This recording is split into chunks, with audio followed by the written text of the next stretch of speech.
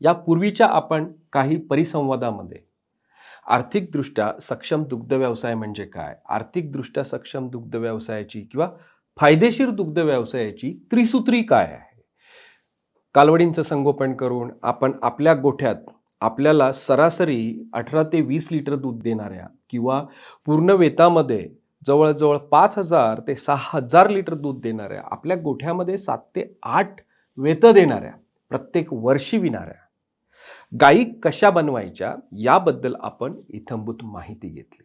परंतु मित्रांनो, अशा पद्धतीने कालवडींचं संगोपन करून आपल्या गोठ्यामध्ये चांगल्या प्रकारच्या गायी बनवण्यासाठी आपल्याला सगळ्यात महत्त्वाचं म्हणजे कुठल्या अनुवंशिकतेची जनावरे गायी असतील किंवा म्हशी असतील आपल्याला आपल्या गोठ्यात बनवायची आहेत हे सुद्धा तेवढंच महत्त्वाचं आहे। म्हणून या चर्चासत्रामध्ये आत्ता आपण गायींची अनुवंशिकता किंवा म्हशींची अनुवंशिकता म्हणजे काय याबद्दल सविस्तर चर्चा करणार आहोत।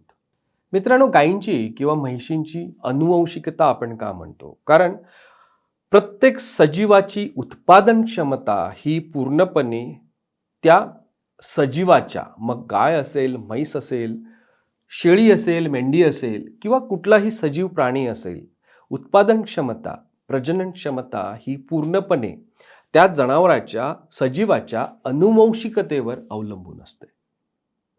आणि त्या अनुवंशिकतेच्या पलीकडे आपण कितीही आहाराचं योग्य नियोजन केलं, आहारपूरक घटकांचं योग्य नियोजन केलं किंवा राहणीमानाचं व्यवस्थापन जरी केलं तरी पूर्णपणे आपल्याला खूप जास्त प्रमाणात दूध मिळेल, असं उत्पादन मिळेल असं नाही। उत्पादन किंवा दूध हे पूर्णपणे त्या जनावराच्या अनुवंशिकतेप्रमाणेच मिळतं। आणि म्हणूनच आपल्या गोठ्यामध्ये असणाऱ्या गायी किंवा म्हशी ह्या चांगल्या अनुवंशिकतेच्या कशा असतील ह्या दृष्टिकोनाचा विचार करणं आपल्याला गरजेचं आहे। मित्रांनो, अनुवंशिकता वाढवता येते। आपण जर आता आपल्या आजूबाजूला लाईव्हस्टॉक इंडस्ट्रीमध्ये किंवा पशुपालनामध्ये बघितलं तर पूर्वी 4 ते 5 लिटर दूध देणाऱ्या गायी आज आपल्याला 50, 70, 80, 100 लिटर दूध देत आहेत। आपल्याकडच्याच गीर गायी गिरलँडो बनवून, जेनेटिक इम्प्रूव्हमेंट करून, अनुवंशिकता वाढवून आज 50 लिटरही दूध देतात। आपल्याला आपल्या जनावरांची अनुवंशिकता वाढवता येते, परंतु त्याला एक प्रोसिजर आहे, प्रोसेस आहे, त्याला खूप वेळ लागतो, ते एक शास्त्र आहे आणि ह्या गोष्टी शास्त्रोक्त पद्धतीने जर आपण केल्या तर over the period of time, एका ठराविक काळानंतर आपल्याला अनुवंशिकताही वाढवता येते। मित्रांनो, गायींची अनुवंशिकता वाढवणे हे आपलं तर काम नक्कीच नाही। एक शेतकरी म्हणून आपण गायींची अनुवंशिकता वाढवणे हे तर नक्कीच काम नाहीये, परंतु एक चांगला सुशिक्षित शेतकरी म्हणून गायींच्या, म्हशींच्या अनुवंशिकतेप्रमाणे आपल्या गोठ्यात आपण दूध घेणे हे तर आपलं एक महत्त्वाचं काम आहे आणि तेव्हाच कुठेतरी आपण आपला दुग्ध व्यवसाय फायदेशीर करू। मित्रांनो, त्यापूर्वी गायींची अनुवंशिकता म्हणजे काय किंवा गायींच्या अनुवंशिकतेप्रमाणे किंवा म्हशींच्या अनुवंशिकतेप्रमाणे जर आपल्याला दूध घ्यायचं झालं तर आपल्याला नक्की काय केलं पाहिजे, अनुवंशिकता एक्सप्लोर करण्यासाठी आपलं व्यवस्थापन कसं असलं पाहिजे, गोठ्याचं व्यवस्थापन कसं असलं पाहिजे याबद्दल आपण या चर्चासत्रामध्ये इत्थंभूत माहिती घेणार आहोत।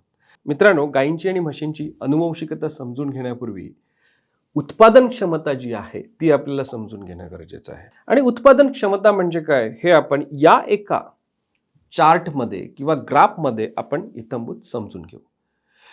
मित्रांनो, गायी किंवा म्हशी ह्या सुरुवातीच्या पहिल्या वेताला, दुसऱ्या वेताला, तिसऱ्या वेताला हळूहळू दुधाला वाढत जातात। पहिल्या वेतामध्ये कंपॅरेटिव्हली ती गाय किंवा ती म्हैस आपल्याला पहिल्या वेताला दूध कमी देते, दुसऱ्या वेतामध्ये अंदाजे तिचं दूध वाढतं, तिसऱ्या वेतामध्ये वाढतं, चौथ्या वेतामध्ये वाढतं, चौथ्या, 5व्या, 6व्या वेतामध्ये जवळजवळ तिचं दूध एक स्टेबल राहतं आणि कुठंतरी 5व्या वेतानंतर किंवा 6व्या, काही जनावरांमध्ये, गाई म्हशींमध्ये 6व्या वेतानंतर ती दुधाला कमी यायला लागते आणि कुठंतरी नंतर हळूहळू तिची जशी ताकद संपते, उत्पादन क्षमता कमी होत जाते, जसजसे तिला जास्त आजार व्हायला लागतात तसतशी ती दुधाला कमी येते। त्याचप्रमाणे एका वेतामध्ये ती गाय व्याल्यानंतर सुरुवातीला चीक देते, एक 4 ते 5 दिवसांनी ती दूध द्यायला लागते।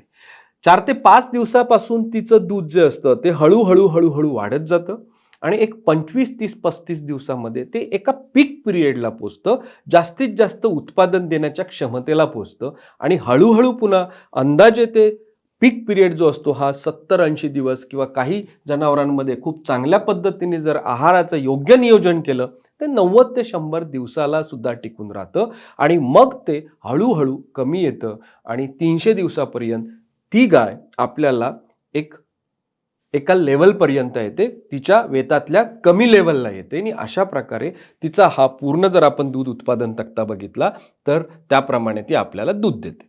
म्हणून जर आपण बघितलं 25 ते 100 हा जो 70-75 दिवसाचा जो काळ आहे, या काळामध्ये आपल्याला गाय जास्तीत जास्त दूध देते आणि त्यानंतरचा जो काळ आहे अंदाजे एक 150 दिवसा ज्याला आपण मिड लॅक्टेशन म्हणतो, ह्या लॅक्टेशन्समध्ये किंवा ह्या पिरियडमध्ये गाय बऱ्यापैकी मध्यांतराला येते आणि शेवटी अंदाजे एक 250, 250 ते 300 दिवस जर बघितलं, हा काळ पूर्णपणे कमी दुधाचा असतो. त्यावेळी गाय आपल्याला खूप कमी प्रमाणात दूध देते. मित्रांनो, आपल्या गोठ्यातील कुठली गाय कुठल्या वेळेला किती दूध देते आणि आपण तिची अनुवंशिकता काय प्रिडिक्ट केली आहे किंवा आपल्याला काय वाटतं आणि ती त्या पद्धतीने दूध देते का, हे मात्र आपल्याला त्यासाठी समजून घेणं गरजेचं आहे. आणि अशा वेळेला मित्रांनो, हा एक जो तक्ता आहे, हा तक्ता आणि शेवटी मी अजून एक तुम्हाला तक्ता दाखवणार आहे, तो तक्ता आपल्याला नक्कीच आपल्या गायीच्या अनुवंशिकतेची आपल्याला जाणीव करून देऊ शकतो. मित्रांनो, बऱ्याचशा वेळेला आपण विचार करतो आपल्या गायीने दूध दिलं पाहिजे, जास्त दूध दिलं पाहिजे. एखाद्या कंपनीचा माणूस असेल, पशुखाद्यवाला असेल, आहारपूरक घटकावाला असेल, ज्यावेळी आपल्याला उत्पादनांची माहिती द्यायला येतो त्यावेळी आपण एकच प्रश्न विचारतो, यानं गायीचं दूध वाढेल का? या उत्पादनानं गायीचं दूध वाढेल का? हा आपला पहिला प्रश्न असतो. मित्रांनो, गाईला ज्या बेसिक गोष्टी लागतात, म्हैशीला ज्या बेसिक गोष्टी लागतात, त्या जर पूर्णपणे आपण दिल्या तर गाई अनुवंशिकतेप्रमाणे दूध देऊ लागते. एखादी गोष्ट दिली म्हणजे गाईचं दूध वाढत नाही. आणि तसं जर असतं तर आज दूध वाढीचे जर प्रोडक्ट बाजारामध्ये असते तर आपण अशी उत्पादने देऊन, असे प्रोडक्ट देऊनच गाईंचं दूध वाढवलं असतं. मग आपल्याला चांगल्या प्रतीच्या पशुखाद्याचीही गरज भासली नसती, चांगल्या आहारपूरक घटकांचीही गरज भासली नसती आणि गाईंचं चांगलं व्यवस्थापन करण्याची सुद्धा मित्रांनो गरज भासली नसती. तर असं कदापिही नाहीये. गाय ही दूध आपल्या अनुवंशिकतेप्रमाणे, आपल्या गोट्यातील म्हैस ही आपल्या अनुवंशिकतेप्रमाणे दूध देते आणि अनुवंशिकतेप्रमाणे दूध देण्यासाठी आपल्याला तिला योग्य व्यवस्थापन, योग्य आहारपूरक घटक देणं गरजेचं असतं. मित्रांनो, मग अनुवंशिकता म्हणजे काय? अनुवंशिकता म्हणजे प्राण्याच्या उत्तम व्यवस्थापनामध्ये किंवा गायीची अनुवंशिकता किंवा म्हैशीची अनुवंशिकता म्हणजे त्या गायीने तिच्या केलेल्या उत्तम व्यवस्थापनातून, चांगल्या पोषणातून, चांगल्या आहारातून आणि चांगल्या आरोग्यातून जे कमाल दूध दिले आहे, ते दूध म्हणजे आपण त्या गायीची उत्पादन क्षमता, अनुवंशिकता समजू शकतो. मित्रांनो, आपण आपल्या गोठ्यात, आपला गोठा म्हणजे काय? आपला गोठा म्हणजे त्या गायीला किंवा त्या म्हैशीला आपण पुरवलेलं एक वातावरण आहे. कारण वातावरणाचा इम्पॅक्ट उत्पादनावर पडतो. योग्य वातावरण असेल तर गायीची आपण अनुवंशिकता एक्सप्लोर करू शकतो. त्यामुळे आपला गोठा, आपल्या गोठ्यातील व्यवस्थापन, दुसरा महत्त्वाचा मुद्दा म्हणजे त्या गायीची अनुवंशिकता एक्सप्लोर करण्यासाठी आपण दिलेला आहार. आपण आपल्या आहार नियोजनाबद्दल, या गोष्टीबद्दल नक्कीच सविस्तर चर्चा करू. पण जेवढं मित्रांनो आपण दूध काढतो, जेवढं जास्त दूध काढतो, त्याचप्रमाणे त्या गायीला त्या प्रकारच्या आहाराची गरज असते.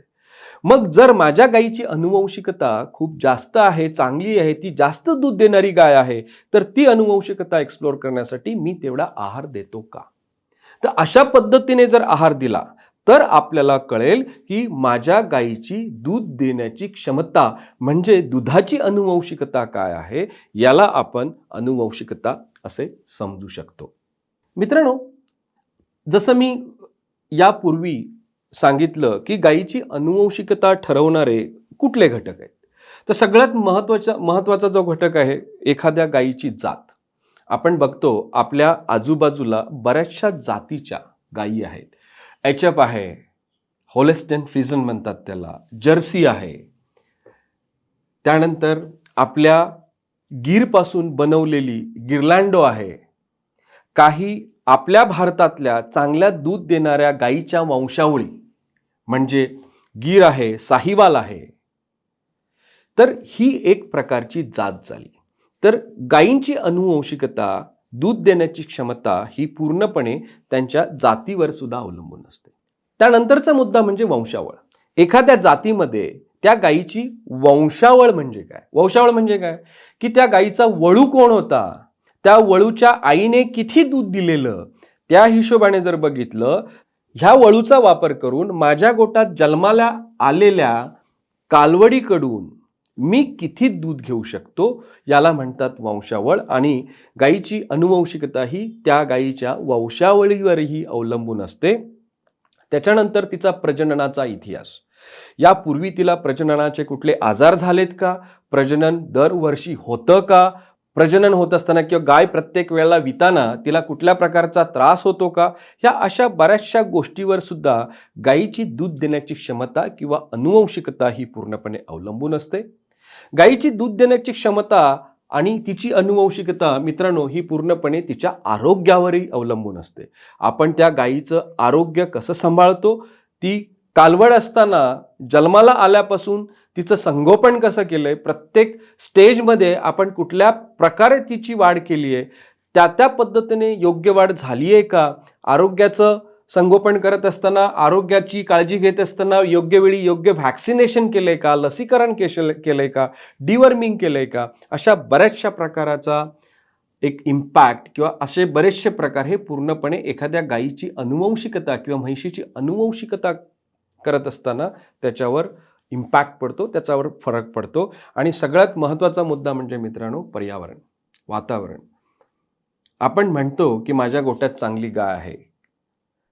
आपल्या गोठ्यातील गायीपासून किंवा म्हैशीपासून चांगलं उत्पादन घेण्यासाठी मित्रांनो सगळ्यात 3 गोष्टी महत्त्वाच्या असतात. ते म्हणजे अनुवंशिकता, आहाराचं नियोजन आणि पर्यावरण. गायी गोठ्यात सांभाळत असताना आजूबाजूचं वातावरण कसं आहे, उन्हाळा आहे, पावसाळा आहे, हिवाळा आहे, वातावरणातील आर्द्रता किती आहे, टेम्परेचर किती आहे, ह्या सगळ्या गोष्टींचा मित्रांनो गायीच्या अनुवंशिकतेवर, तिच्या दूध देण्याच्या क्षमतेवर परिणाम होतो. हे आपण लक्षात ठेवलं पाहिजे मित्रांनो. त्यानंतरचा सगळ्यात महत्त्वाचा मुद्दा म्हणजे आपल्या गोठ्यातील गायीची किंवा म्हैशीची अनुवंशिकता जर आपल्याला उलगडायची असेल, समजून घ्यायची असेल, एक्सप्लोर करायची असेल तर काय काय केलं पाहिजे. सगळ्यात महत्त्वाचं म्हणजे योग्य जात व योग्य अनुवंशिकतेची निवड केली पाहिजे. आज आपण आपल्या गोठ्यात एखादी गाय किंवा म्हैस माझावर आली, माझावर आल्यानंतर आपण कधी विचार केलाय का, या गायीला मी कुठल्या अनुवंशिकतेचं रेतन भरवणार आणि त्या पद्धतीने मला माझ्या गोठ्यात निर्माण झालेल्या गायीपासून किती दूध मिळणार, ह्या गोष्टीचा आपण नक्कीच विचार करत नाही. करतात. आत्ता कुठंतरी मागच्या 3-4 वर्षापासून शेतकऱ्यांमध्ये ब्रीडिंगबद्दल अवेअरनेस निर्माण झालाय. प्रत्येक शेतकरी ब्रीडिंगचा विचार करायला लागलाय. कारण दुग्ध व्यवसाय टिकवायचा असेल, दुग्ध व्यवसायात 4 पैसे कमवायचे असतील तर मित्रांनो आपल्या गोठ्यात मी नेहमी सांगत असल्याप्रमाणे सरासरी 18 ते 20 लिटर दूध देणाऱ्या गायी पाहिजेत. 10 ते 12 लिटर दूध देणाऱ्या म्हैशी पाहिजेत. तेव्हाच कुठेतरी आपण आपला दुग्ध व्यवसाय फायदेशीर करू शकतो. आणि म्हणूनच आज प्रत्येक शेतकरी ब्रीडिंगबद्दल विचार करायला लागलाय. आणि ब्रीडिंग हा सगळ्यात जेनेटिक पोटेन्शियल एक्सप्लोर करण्याचा एक मार्ग आहे. दुसरा महत्त्वाचा मार्ग म्हणजे संतुलित आहार. मित्रांनो आजूबाजूला आपण खूप अंशी बघतोय, एक दुर्दैवाची गोष्ट आणि एक मोठी शोकांतिका आहे.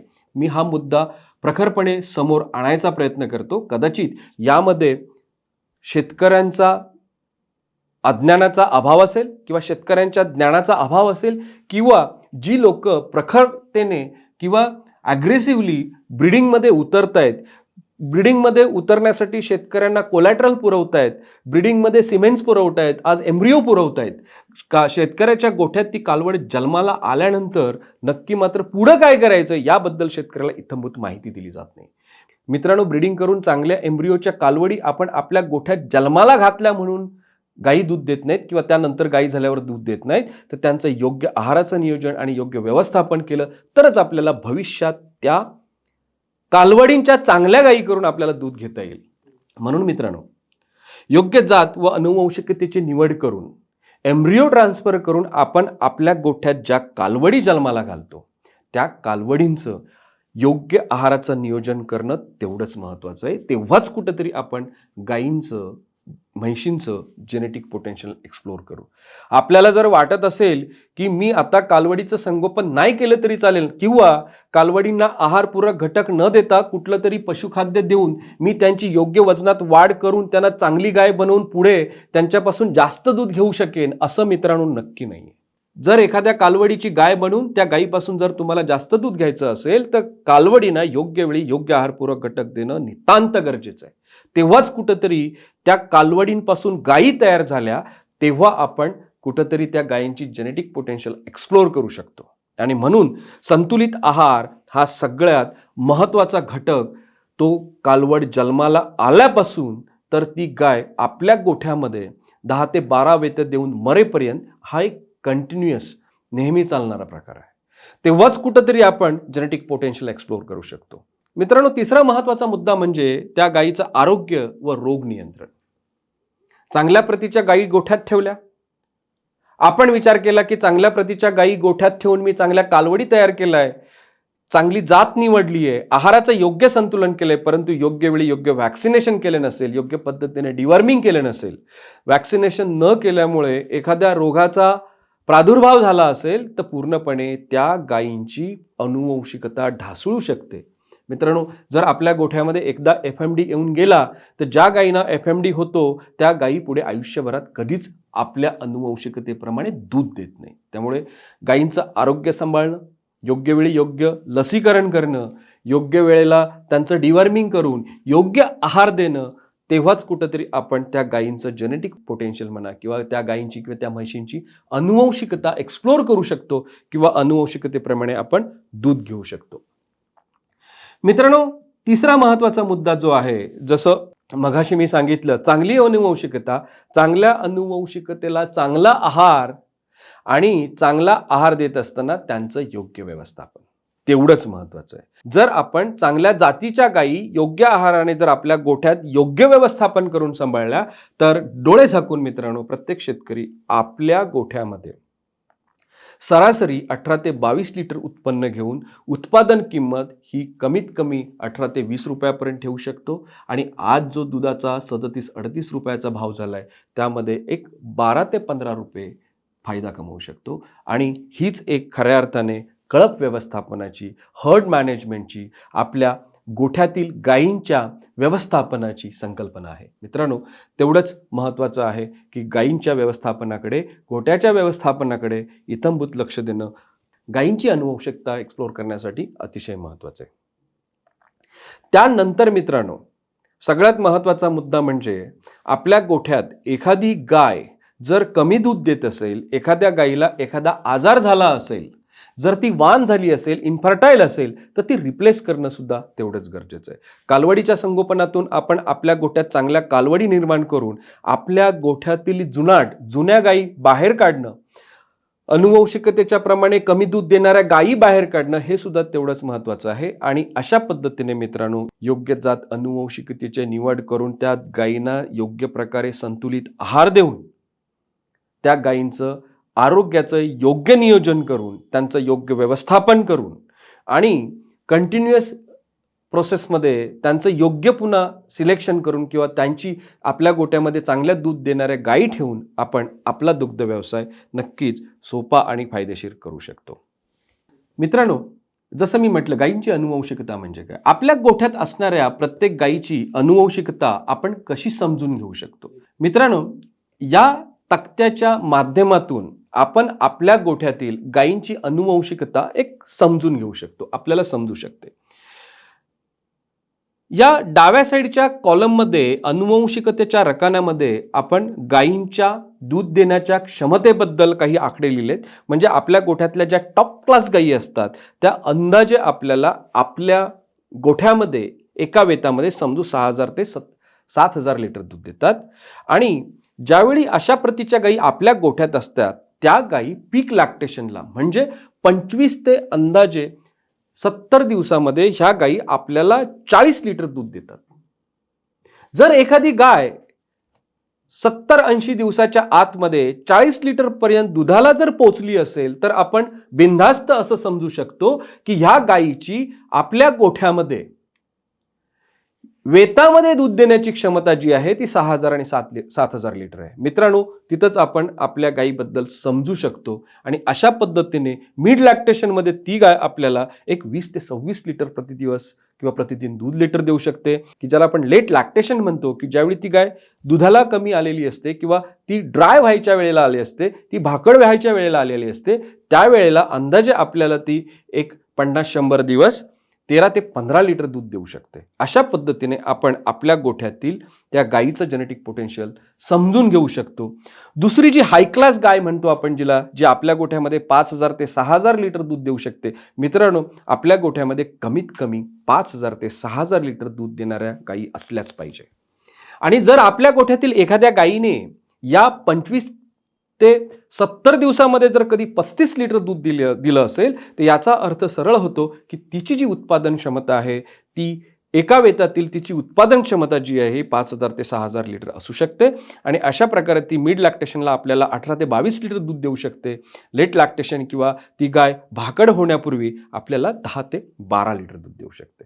तर मित्रांनो, आपल्याला सगळ्यात महत्त्वाचं म्हणजे गायींची निवड करताना ह्या गोष्टीचा विचार केला पाहिजे की आपल्या गोठ्यामध्ये कमीत कमी एका वेतामध्ये आपल्याला 5000 लिटर दूध घेता आलं पाहिजे. दुसरा जो क्लास आहे 4000 ते 5000 लिटर, सर्वसाधारणपणे आज चांगल्या शेतकऱ्यांच्या गोठ्यामध्ये आपल्याला या पद्धतीच्या या प्रकारच्या गायी बघायला मिळतात. बरेचसे आपले शेतकरी पीक लॅक्टेशनमध्ये एखाद्या गायीकडून 30 लिटर दूध सहजरित्या काढतात आणि अशा पद्धतीच्या गायी जर बघितल्या तर आपल्याला जर आपल्या गोठ्यामध्ये अशा एखाद्या गायीनं पीक लॅक्टेशनमध्ये 25 ते 70 दिवसामध्ये 80 दिवसामध्ये जर 30 लिटर दूध दिलं असेल तर आपण समजू शकतो की ह्या गायीची जी उत्पादन क्षमता आहे ही 4000 ते 5000 लिटर पर्यंत असू शकते. मित्रांनो, 4000 ते 5000 लिटर दूध देणारी गाय आपल्या गोठ्यात आज परवडत नाही. अशा पद्धतीच्या गायी आपल्या गोठ्यात सांभाळून आपण 18 ते 22 लिटर किंवा 18 ते 20 लिटर ॲव्हरेज दूध काढू शकत नाही. आणि त्यामुळे 18 ते 22 लिटर ॲव्हरेज दूध न काढल्यामुळे दुधाची उत्पादन किंमत जी आहे ती आपल्याला 18 ते 20 रुपये ठेवता येत नाही. आणि आपण अशा पद्धतीने 18 ते 20 लिटर दुधाची उत्पादन किंमत साध्य न केल्यामुळे याच्या पुढचा जो अपेक्षित आपल्याला दुधातून फायदा मिळायला पाहिजे हा फायदा मिळत नाही. तिसरा जो सगळ्यात महत्त्वाचा आणि चौथा जो टप्पा आहे तो म्हणजे 3000 ते 4000 लिटर. या टप्प्यामध्ये सर्वसाधारण शेतकरी म्हणजे पारंपरिक पद्धतीने दुग्ध व्यवसाय करणाऱ्या बऱ्याचशा शेतकऱ्यांच्या गोठ्यामध्ये आज आपल्याला कधीतरी 25 ते 70 दिवसामध्ये 25 लिटर दूध देणारी गाय नक्कीच सापडते. आणि असं जर तिनं 25 लिटर दूध दिलं तर ही गाय, याचा अर्थ असा होतो आपल्या गोठ्यामध्ये 3000 ते 4000 लिटर एका वेतामध्ये दूध देऊ शकते. परंतु मित्रांनो, ही गाय आपल्या गोठ्यामध्ये बांधून आपण तिच्यापासून योग्य पद्धतीने दूध नाही काढू शकत. आणि म्हणूनच आपल्याला आपल्या गोठ्यामध्ये कुठल्या पद्धतीच्या गायी असल्या पाहिजेत, कुठल्या पद्धतीच्या म्हशी असल्या पाहिजेत, कुठल्या अनुवंशिकतेच्या गायी किंवा म्हशी असल्या पाहिजेत, मगच आपण आपला दुग्ध व्यवसाय सोपा आणि फायदेशीर ठरू शकतो. हे आपण या तक्त्यावरून समजून घेऊ शकतो.